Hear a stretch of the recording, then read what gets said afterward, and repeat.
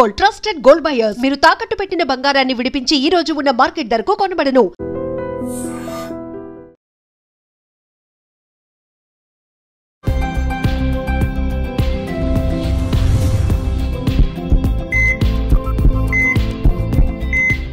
నమస్తే, welcome to healthy conversations with I dream. నేను మీ Jhansi. So ఈరోజు మనం అపోలో హాస్పిటల్లో ఉన్నాము. డాక్టర్ శ్రీనివాస్ కుమార్ గారు మనతో ఉన్నారు. సీనియర్ కార్డియాలజీ కన్సల్టెంట్, అలాగే క్లినికల్ రీసెర్చర్, డైరెక్టర్ కూడా. సో చాలా మందికి వచ్చే డౌట్ ఏంటంటే, హార్ట్ ఫెయిల్యూర్ అంటే హార్ట్ ఆగిపోతుందా, మనిషి చనిపోతాడా అని చెప్పి. నిజంగా హార్ట్ ఫెయిల్ అయినప్పుడు అందరికీ తెలిసేది హార్ట్ బీట్ ఆగిపోతే ప్రాణం పోతుంది అని చెప్పి.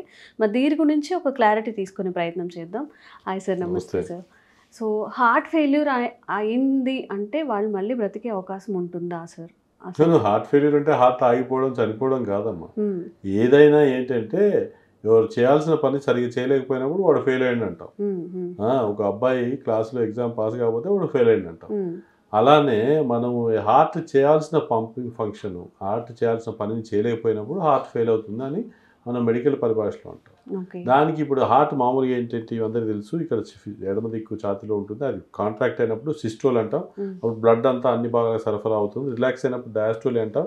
మళ్ళీ కాళ్ళ నుంచి అన్నింటి నుంచి దాటికి వస్తుంది. ఈ ప్రక్రియ హార్ట్ పంపింగ్ సరిగ్గా చేయలేకపోయినప్పుడు అప్పుడు బ్లడ్ సప్లై అన్ని భాగాలు అన్ని హార్ట్ ప్రాషన్కు తగ్గుతుంది. లేదంటే అదే విధంగా పంపింగ్ చేయాలంటే ఎక్కువ రక్తం దానికి అవసరం వస్తుంది.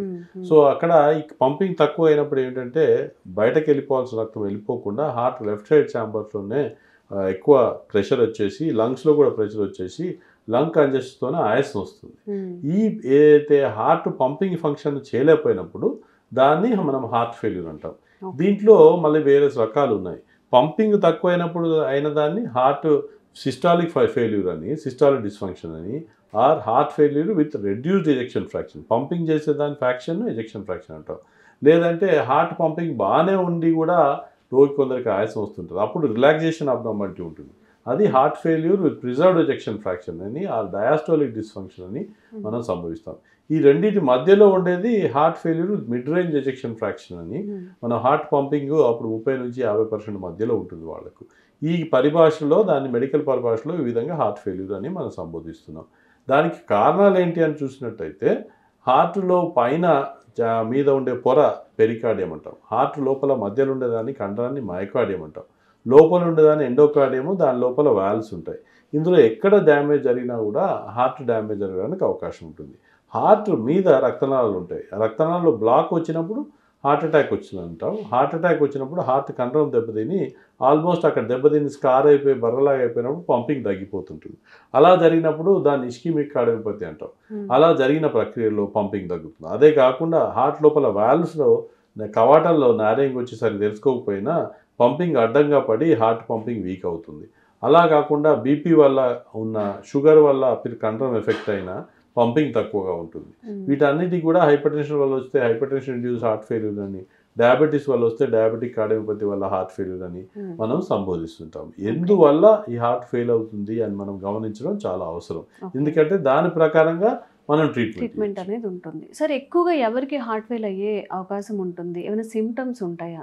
అంటే జనరల్గా అయితే యంగ్ వాళ్ళల్లో చాలా మందికి హార్ట్ అటాక్లు వచ్చినప్పుడు హార్ట్ పంపింగ్ తగ్గుతుంది. అలా కాకుండా ఎల్డర్లీ వాళ్ళల్లో కూడా హార్ట్ అటాక్ వచ్చినప్పుడు తగ్గుతుంది. అదే కాకుండా ఇందాక చెప్పినట్టుగా హార్ట్ కవాటల్లో కాల్షియం చేరుకపోయి సరిగ్గా తెరుచుకోపోయినప్పుడు కూడా అప్పుడు హార్ట్ ఫెయిల్యూర్ జరుగుతుంది.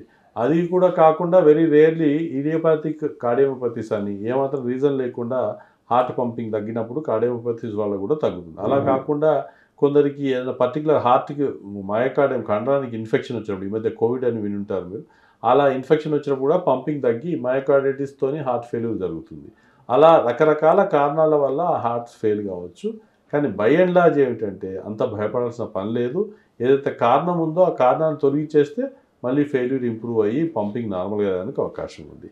ఇదన్నీ ఏం కారణం లేకుండా కేవలము హార్ట్ ఫెయిల్యూర్ జరిగి కండరం తక్కువ ప్రాబ్లం వల్ల తగ్గినప్పుడు పంపింగ్ తగ్గినా నార్మల్ ఉన్నా వాటన్నిటి కూడా ఇప్పుడు మందులు వచ్చినాయి సిగ్నిఫికెంట్గా మంచి చేసేదానికి. దాని గైడ్లైన్ డైరెక్టెడ్ మెడికల్ థెరపీ అంటాం.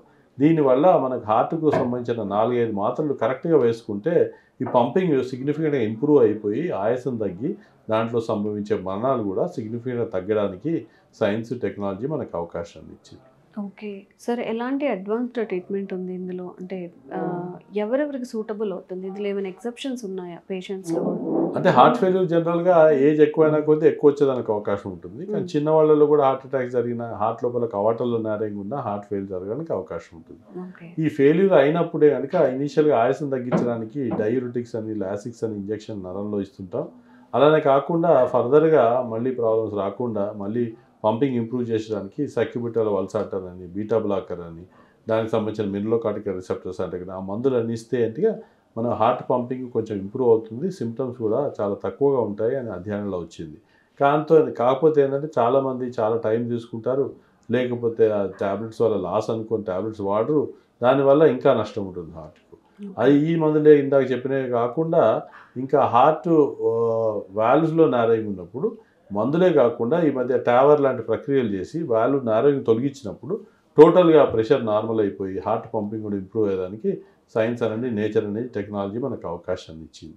సో ఏ కారణం వల్ల హార్ట్ ఫెయిల్యూర్ అవుతుంది అనేది కన్సర్న్ డాక్టర్ డిసైడ్ చేస్తారు. ఒకవేళ వాల్వ్స్ నారోయింగ్ వస్తే మాత్రం దాని టావర్ ప్రక్రియ ద్వారా హార్ట్ ఫెయిల్యూర్ని ఇమీడియట్గా మనం కంట్రోల్ చేయొచ్చు. ఓకే సార్, బీపీ, షుగర్ ఏ రిలేటెడ్ వచ్చిందో అలా ట్రీట్మెంట్ అన్నారు. ఒకవేళ జెనెటికల్గా కూడా వచ్చే అవకాశం ఉంటుందా సార్ ఇది? అది కొందరికి పుట్టుకతోనే హార్ట్ పంపింగ్ వీక్గా ఉంటుంది, దాన్ని కంజెంటల్ కార్డియోమయోపతిస్ అంటాం.